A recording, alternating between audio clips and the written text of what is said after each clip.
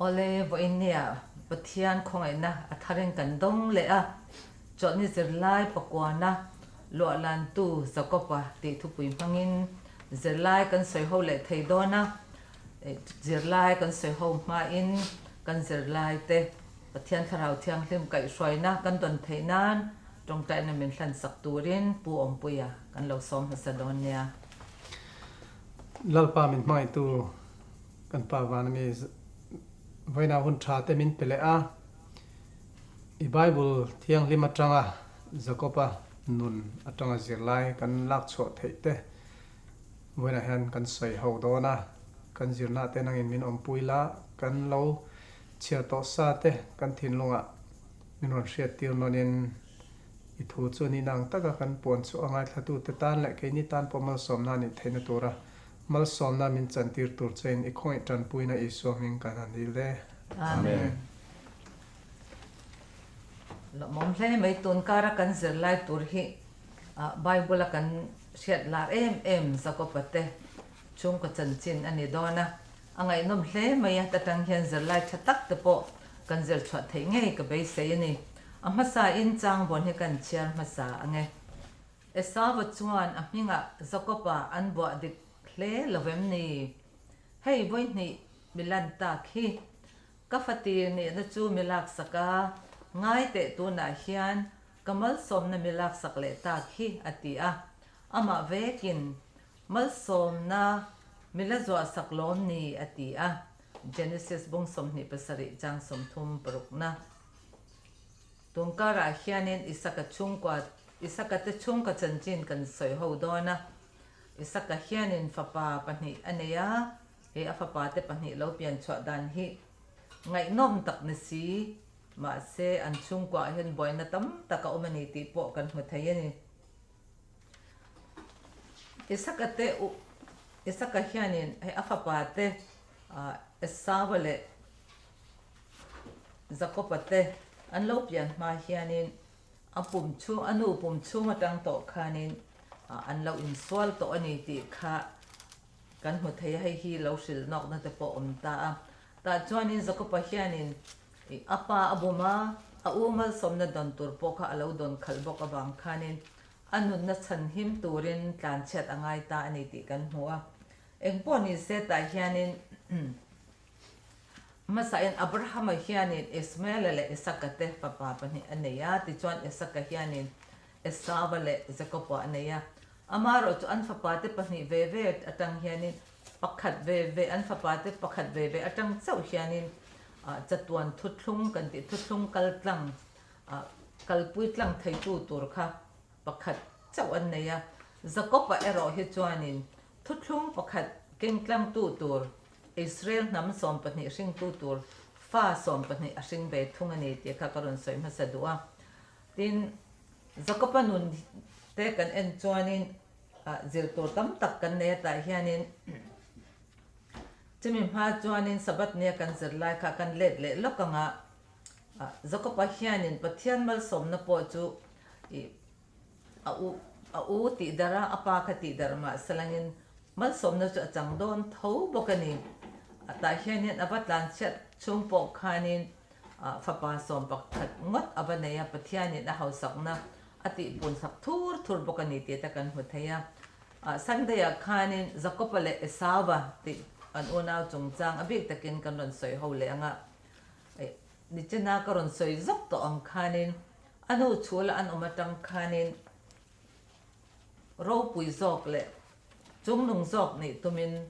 an lo in swal to ani zakopa nun hi kan en chuanin buaina le in ngei lo na ina khata apya na tang khanin Mesopotamia rama azuklan thlenga har sat na to ati kan to na hen kan en chho kan se ho chho don ani anu pum chunga tangin chung nung zok ni tumin an lo in swal to kan ti kha alo pian po khan bak tak main a u ke artui vuan chungin ni lo pon chel chungin aron chua kani ta hianin ke artui chel ti le ke artui vuan ti om zia chu in bum na ti le thitura in be na akok bokani tin anu loka a u abuma a u abum ba ka apa po kha abum talani fatir ni na in aken tel mal som na ka aruk sak dai ani ti chuanin zakop a hianin tharau lama fatir ni na in poimo na anei dan he angai to thleng phak dai maya fatir ni na chan po ka adu em ani chumi wang chuanin a u a hlawa apu laban na omna lama atlan chet angai ta ani ti kan sia ta chuanin apu laban na khan alo bum ve le a tin at chuwang chuanin atum ai rei dei me kha apu te ne na khan a bom ta ni pathianin a om pui reng thowa heng thil thleng zong hi a thalamin pathian chon alo her chwa sak zel ani pathian cho mumang aron in lara a om pui reng ani ti aron shil boka a fa pa te som pani hi pathian mi te thla tu te an ni don ani ti po ta hian kan se thei boka ni tin Genesis bung som ni pasari chang som li pakhat atanga li nga kan en chuanin zakopa hian fatir ni na chan atum dalama hianin manro atan ti sathil te amang ve tho ani ti kha kan mu a om zia tak chu zakopa hian tharau lama poimo na anei thil tele fatir ani na tur akentel hlok na mal som na kha hotel vekani chu ahodona ni ti kha ashia arin na nei tho ma sala chu arin na chu pathiana khat mei lo khanin ama in a thei to bin khami nei tur khan tan a lo lave a u abuma apa abum bokani ti kan sia ni apoimo em na chan chu pui thiam te om ha khanin fatir ni na hianin khovela ro sum te andon ba ka I tharau lama po chung kwa pui thiam ni na kha an chang thin ani ti thla tubul te le zol nei te phek za som sari pasari po kan hu theya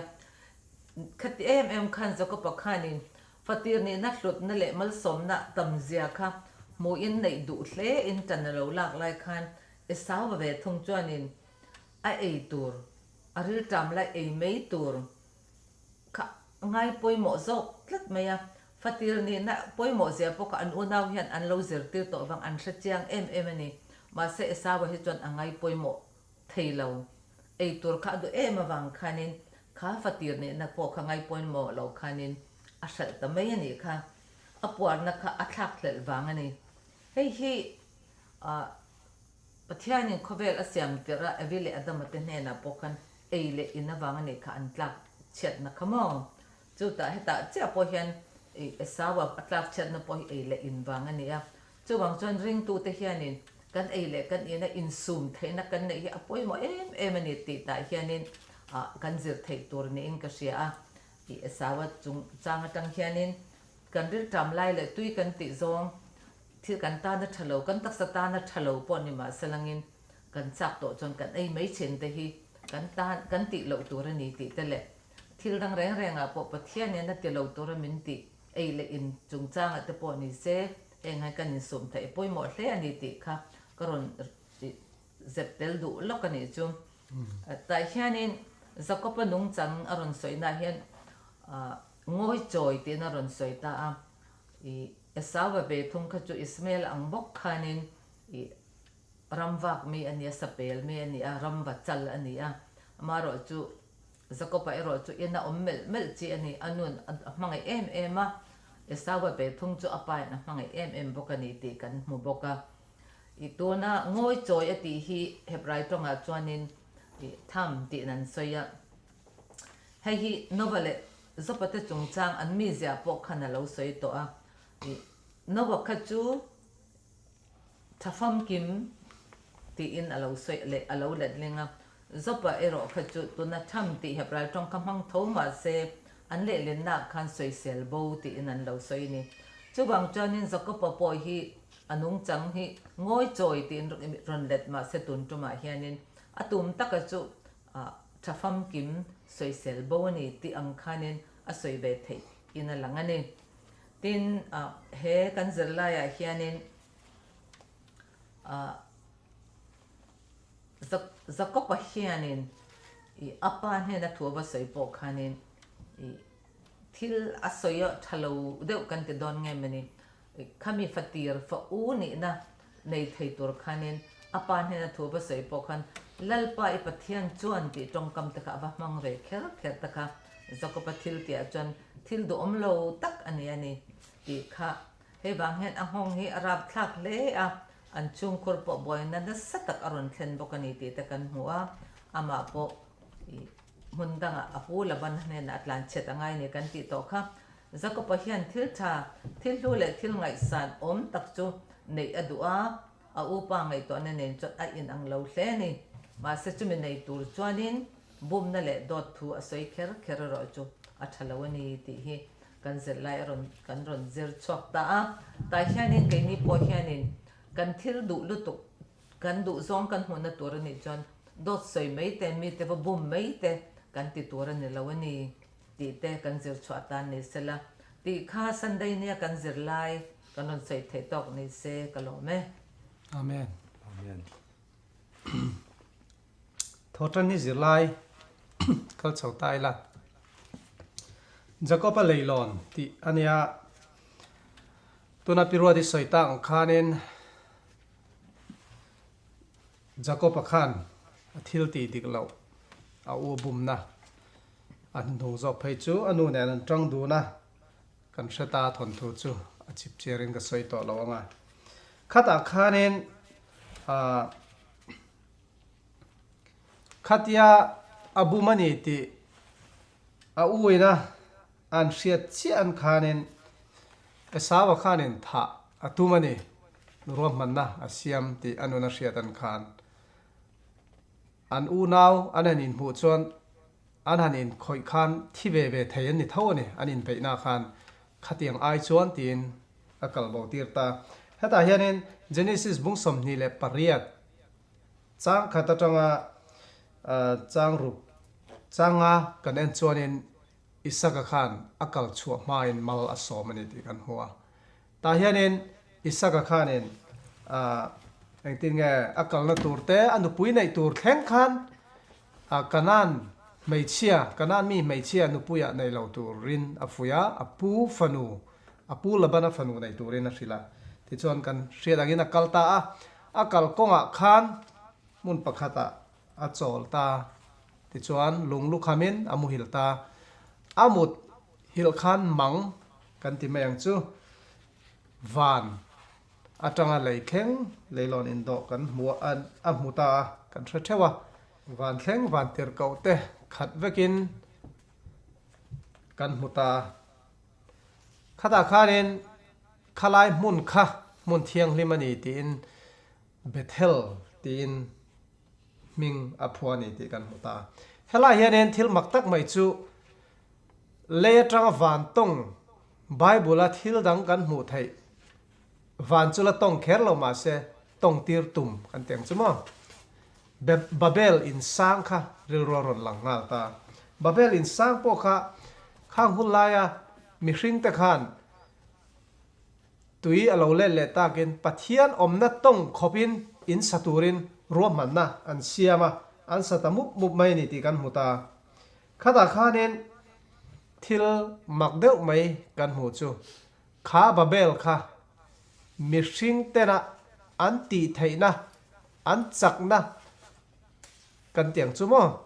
pathian tel mi alawa an sak chau anita kan hriat angin trong ti danglam an ni na khanen kha in sakna kha chunzom thei ani lawa ten helaya hianin kan mu le thei chu jacob mu manga kha leilon in do kha chu pathian thil ti theina helai thil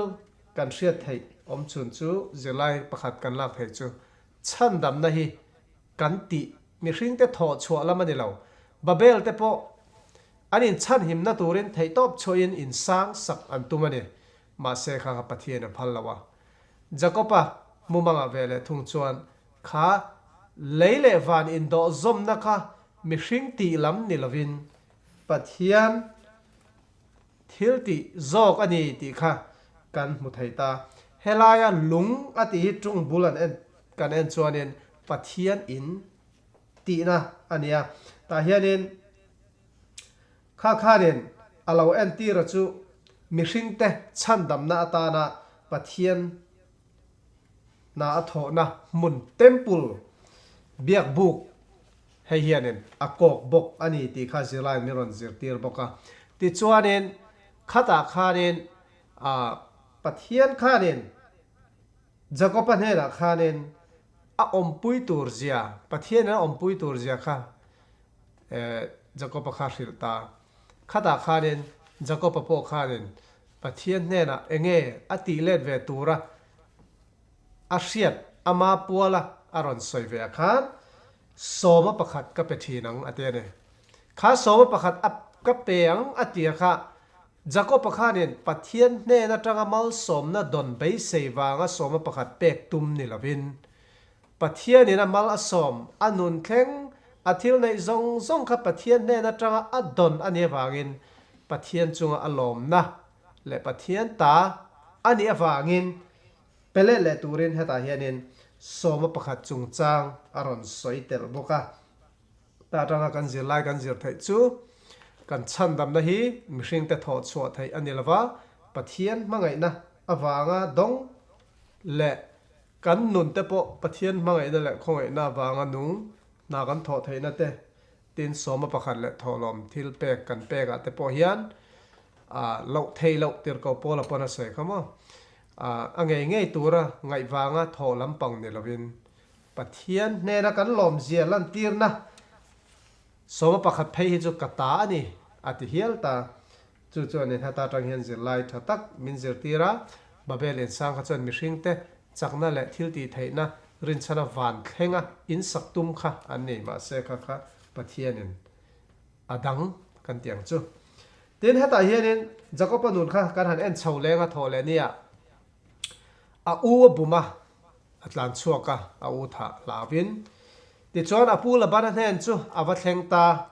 genesis bung som ni le pakwa chang khatang chang som thum kan en chuan khala khanin bum tuan bum ato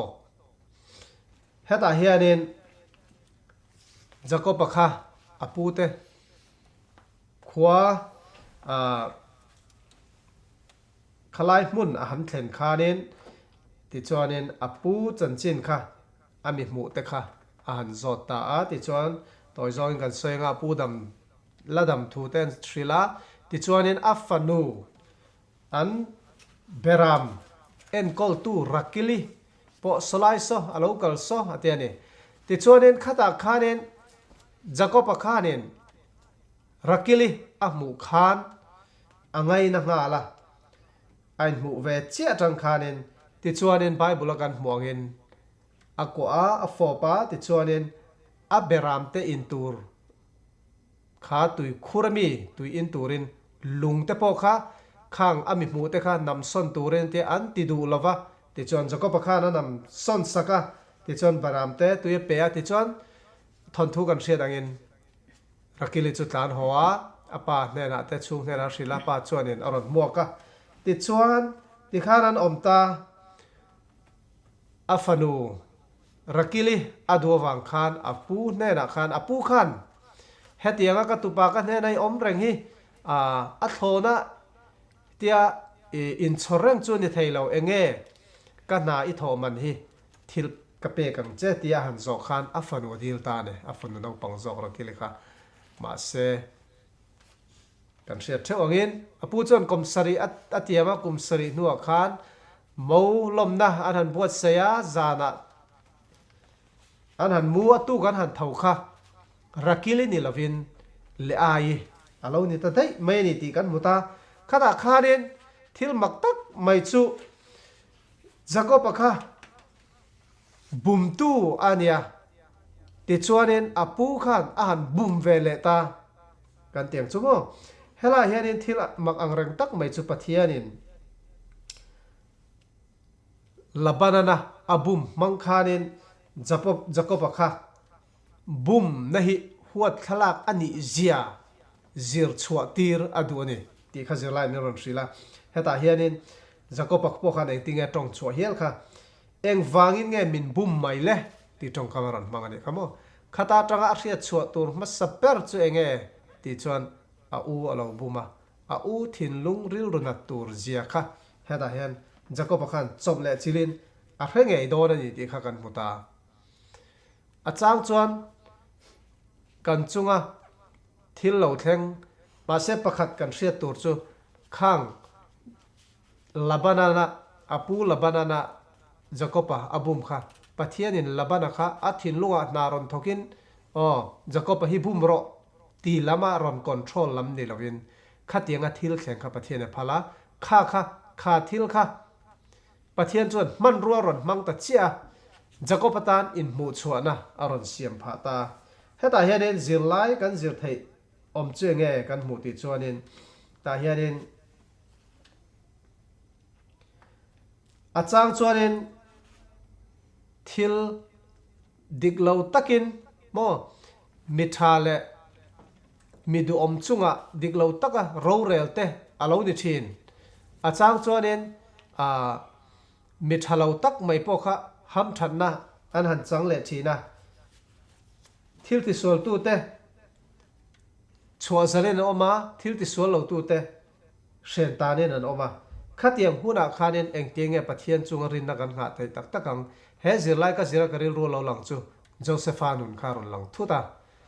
khatianga diglo taka pu ani po khan pathian chunga arin omna kha angai rengani ti chuanin hata hianin nakina po kan zir chawanga jacob khanin kha le aya nei nu khan no pangjok chon upazok anei khal tur ani lo ti danani atia pu khan kum sari dang ain lo le pu ne na khan ma se chu kum sari dang chu atan eng ange ni ti nakina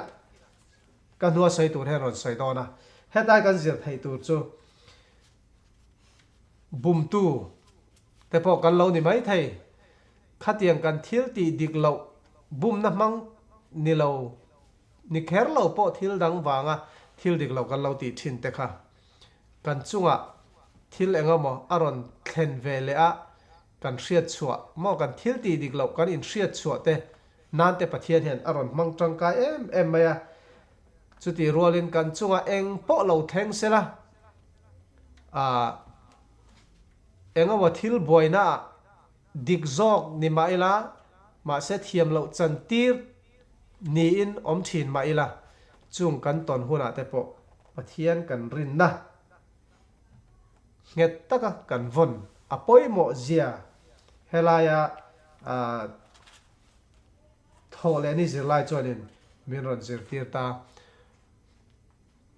bum tuan bum atok atiang khanin keini po kan nuna engthil po lo thleng sela pathiana kanin nga a rinom taka kan thil tonte pathian chaknarin chana kan kal chau zel apoi mo zia miron zirtir ani kha zong kha ni se kalome amen nilai ni zirlai lama lo lu ti la nilai ni kan zirlai thu pui tur chu chungkwa mal som na ti thu pui ania kan bible chang en tur ho tur chu genesis bung som ni pakwa chang som thum pakhat le genesis bung som thum chang som ni pani te hi kan lo en don ani jina soi tu phasa kha en aron soi to maya kan zirlai soi tur hi ain rule khat do vek maya jina khanin jacoba apu labana ne na atlan chet thu atlan bo thu kan an lo soi to khatiang chia khanin jacob kha apu labana ne na atlan kum sari nunung zok kha phurit kum ponima se kha kum sari nunung zok kha atan mal somna adon tamber kum ani afa som pani ta zinga som pakhat kha kum sari nunung zok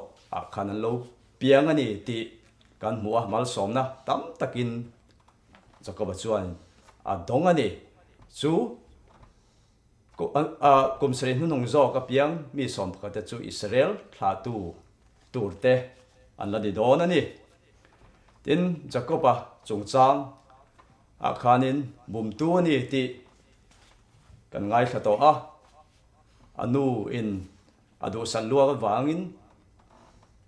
anu sarina du salluwa wangin apa chu an buma jacob chu bum tu ani apu labana ne na atlan siani ti kan ri keini po thian te in kara te po hianin ani lo point nu pa in kara te fa te le nu le pa in kara te fa te in kara te po ni se ko thana po ni se engmon in hriat thiam lo na engmon i bo ruak em hi chu khovel ani miau wangin hetiang hi chu lo thleng ve tur lo bor choi chang hi chu om ve tur ani a ni ma se hemi awang hianin pathianin athil ti tur chu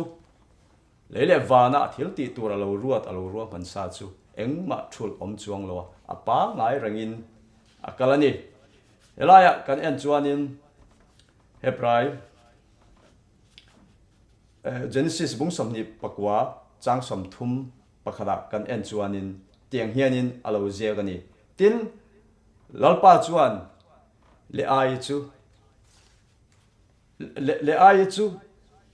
huatin omni ti afia chude chuan a chul a hon saka rakile ro chu a chinga ti ni helai hian an ni unau hianin in thik na a oma tlema zong lo soi thuak la chung an in thing na te chu jacob khan chi han soi tu ma sa khanin rakile chu a mangaya ni ma se apa rem ruan na in jacob chu bum ani ve le ai chu zan thima thama jacob ne na chuanin amutti razinga chuan ria chuan thinarima pu ne na laban ne chuan kala ni ma se upaz no pang zo in upazo pasalan nei kaltura ni lo ti in alo soya ni ma se jacob chuanin engma luk oi lo na ran lutuk nei lem loin kumsari dang ano pang zo rakiling nei le tur chuanin na athokle tang ani ta hianin pathianin china bible chang karon chial chuanin lai kha karon chial khanin le ai chu achul hon sakani khain fa a ringta reubena ringani kha reubena a ringa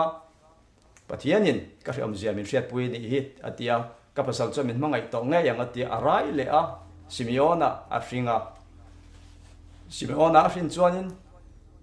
pathianin huata kom ni ti min ria ni hi tuna chon ka pasal nen kain zom ngei to ang atia arai le a levia a ring le a tuna chon pathian ka fak to ang atia juda a ring le ani juda a ming chan chu choi moi ti na ani a helai hianin simeon le helai zulai bun aron zia pon simeon le ismael ka abrama sari boy nu ne na tanga fa ane ismael ka an ming hi ain ang ve ve pathianin a ria ang te ni an man ani patni ming chan hi simeon le ismael pathian a ria ang ti ani a tin rakil chuan fa ane thailo wangin apasal jacob ne la chon kalin fa min pero atia jacob chuan thin rim thutin pathian ai o tu ka ni mi ti in alo chang ani kha iril ra pelo tu pathian ai o tu mi kani ti in alo changa ni ma se rakile chuanin aboi nu bihali nupuitan apea fa pani anei saka chutia fa pani anei sak chuanin alom em maya pathian buan angin ka unau nu ka buana ka ne ta ni ti atak tak phei choi kha abuana ni lo ama thin lunga unau nu anin fa nei thelo chinga wanga I sing na wanga ni kha in I sing na rilu thalo tak aput wanga ni ti kan mu theatin juda apiang khanin le ai po chon fa dang anei le to lowa a unau nu ti ang che chuanin apain abram ne na nupuitan apek zana aboy nu tura tan alo pek ve zipali chu ne na tangin fapani anei vele ani anei vele a ni ma se pathian ya tong trai te alo chan saka fa a ring le a fa papani anei bel le a fa nu po dinai anei bel le fa sari fa pa paru le fa pa pakhat fa pa fa sari a rin sakta ni ti kan muwa tin ni china kar Genesis bung som thum chang som ni pania po hian tiang hian ni a tin pathianin rakili chu a hrenga te ni rakila chu a hrenga atong trai na a ria a pathian chuanin a chul a hon sak ve ta ni chan bung som chang som ni pathum chang som ni panga kan en thlau zel chuanin rakile chu araya fa pa a hring ta ni pathianin kan hing chen na te a chil ta atia alom em ya fadang min pek bel se ti in josepha a minga a vua ta ni ti ta hian aron tar lang le ta ni helai a hianin kan bible tun nilai ni zirlai chung kamal somna ti hianin pathian mal somna phurit engwa tam taka zakau chon tongkhin nei thin ma se harsana tam tak chet pel na pheng phung te nei thin ma se bum tu ni ma se bumin om ma se pathianin athil tum chu alhen zela abramataga mal somna ron kal fazel isaka eta jacoba pathianin thu alo tiam to abramataga alo tiam to chu an tho tu rang chu pathianin ron jacoba thlengin ron kal zelin na alo thok zela mal somna an chungkwa jacob ta chungkwa po hian mal somna fa te po ran lama te po tam takin mal somna an dong ani ti kan mu theya ke ni po chungkwa po chen ruala te po nu pain kara po ni se ko hrana po ni se chet porte chet pel pheng phungte in ti thiam lo ngem ho na te po kan ne yang ni ma se pathian chuanin a ro rel na chu a hmangai na chu apa ngai rengin kan chunga ro mila rel saka thu ala nei regani ti kha kan hriat apoi mo chu wang chuain ke ni po chung pathian min hmangai tu jacob hmangai tu jacob pathian chuanin tun thleng mai hianin boina te po lo nei thin la in hriat thiam lo ne po lo thin mai la min la hmangai renga kan chunga hmangai na tha ala za renga chu wang chuanin ke ni po jacob te po han chet pel na nei thin ma se pathian an thla lo ang khanin ke ni po pathian chu thla loin rin na pathian na ingat tla dila pathian mal som na tam tak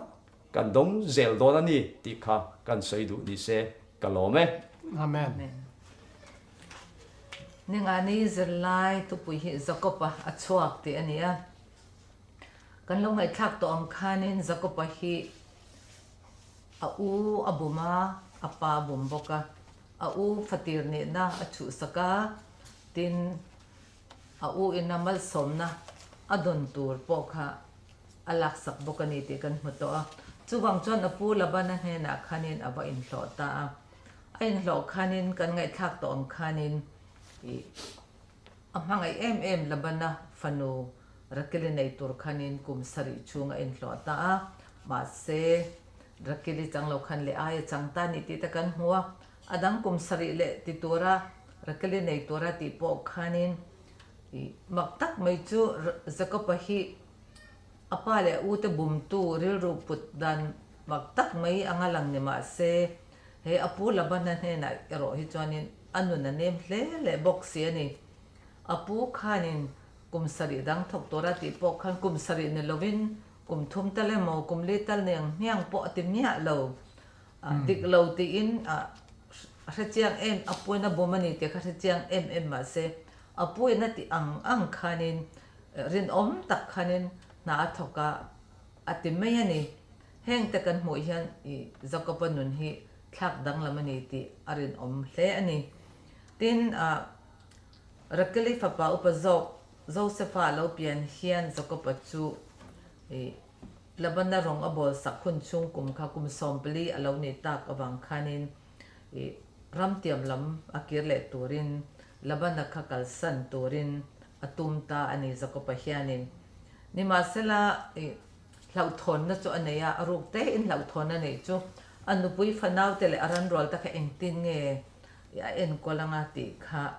le heng zong zong phuri ti enting nge ka ti ang ti hu phur na chu anei ni in Genesis bong som thum chang som thum kan cher chuanin kan hmu thei bokani hu phur anei ni in a hriat thei ani tin zakopa hi anin achwa sanatang khan kum engma zat chu athang rei tikte kan ria kum sompali lai kha athang bota a ta khanin zakopa kha anu hne na tanga an na tanga chwa khanin apu te hne na khan rei tak om tumen a chwak lem lo amaro chu avakal na khan a om dan le a hun le a hun a zir khanin a om nge ngai din huna khan a om ta ni ti chuanin hei chen thoi taka na tho the na chan po hi anuna khan danglam na alo ni bang adi arin oma kan te kham rin na zirlai azir chok to ani nge in te arin om bokani zako pathianin thuaron soi khun kha lo hak topa pathiana run bia khun kha lo ngai tha top me ni ta chuanin pathianin chok ro ati don nge ta chon kal ro ati anga at pathiani na ti tura ti ang ti tur khan alo in pet topa ti chuanin zako pathena khan pathian chuan thuaron soi ta bethel pathian ti in aron in puanga ilai chin te housing ta chok tur khanin Genesis bong som thum pakhat chang som pathuma kan huang khanin thuaron shil ta ani hemi tong kam han chia hi Genesis bong som pathai chang khata Abraham an hena pathianin ur khwatanga chok tura ati tuma atong kam han chia kha zako pathena hen aron mangle ani tin zako pahi Lebanon hena tanga chok tura ti tu adang le pakhat che nge kan ti chuanin Lebanon fa te khan ni Lebanon fa te khanin zakopa thil zong ta kha an ma ni ta ngin an nei nga an du nan man sak mayang an lak sak mayang ti kha hlau thonga chuwang chuanin Lebanon hena tanga chua kha alo tum be shim tha ati na ti chuak tu torata na ti thil dang le pakhat om chuna ni le ta ni chu ti hi kha tu bul te le zol nei te ti phek za somret pani khan kan hthei bokani ti chuanin a chung te le thil nei zong te nen chuan a chuak ta pathian thuthlung nei tu namte chanchin ngai nom tak chuan bung thara akai to don ani lo ti ta ni ta hianin he zako pai hi laban ne na tanga chuaka a omle akal dan tora malam honero chukar le lama kan zer hole don ani ta hianin bo in tungkar kan zer lai zong kan han ngai thak ta ka tang khanin kan zer chwa thei le a toy zonga kan han soi thei chu i zako pa po khanin i thei to pin that u ni na tur ta kha ama thei ang khan ti kha lo tu ma se a hlo chamani ti kan ma ro chu pathian hen azong an nin tlan nu khanin hlo tin na lo nei ta ni ti kan ho chu ba ka Zakopa ti atanga Israel ti ming lo nei tur hianin Zakopa hianin pathian abuana ni ti kan sia thei to pin pathian abuana pathianin mal somna apek thleng ngak khan abuan tanga achil tlatani chutiang chubang chuanin Zakopa hian mal somna lo dong ta a tluthinin swal hle bum tu le apa te a u te bum tu lo ni ma se pathian achatiang pathian zong in ha nu khanin anun thak danglam sakani a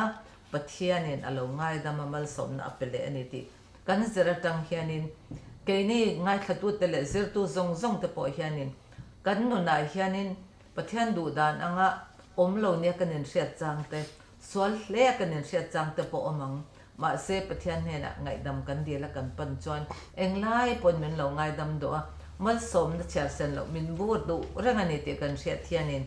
be se na thar min pe a hlim na le lon na min thlen thin ani ti hi kan zer lai tanga kan zer thei ni sala kha zong kha tung kara kan zer thei ne ta se ngai thatu te zong po keini aron sei ho tu te na hlok na pathian hena tanga tharau thia hem kai soi na nen hlok na kan don nang hian in don ve cheu kan du sakin kan be sei bokani tin kar le hianin zer lai som na kan sei ho le anga ta po chuanin du sak tak le than hem ngai takin min lo ngai thak sak le in le min ron khom pui le turem kan som du chewa athu pui tura chuan Zakopa Israela te ni tani Zakopa atanga Israela alo ni dan chip chiar zokin kan zer ho le donani ti khak kanin som na ni se invite chunga kan lo me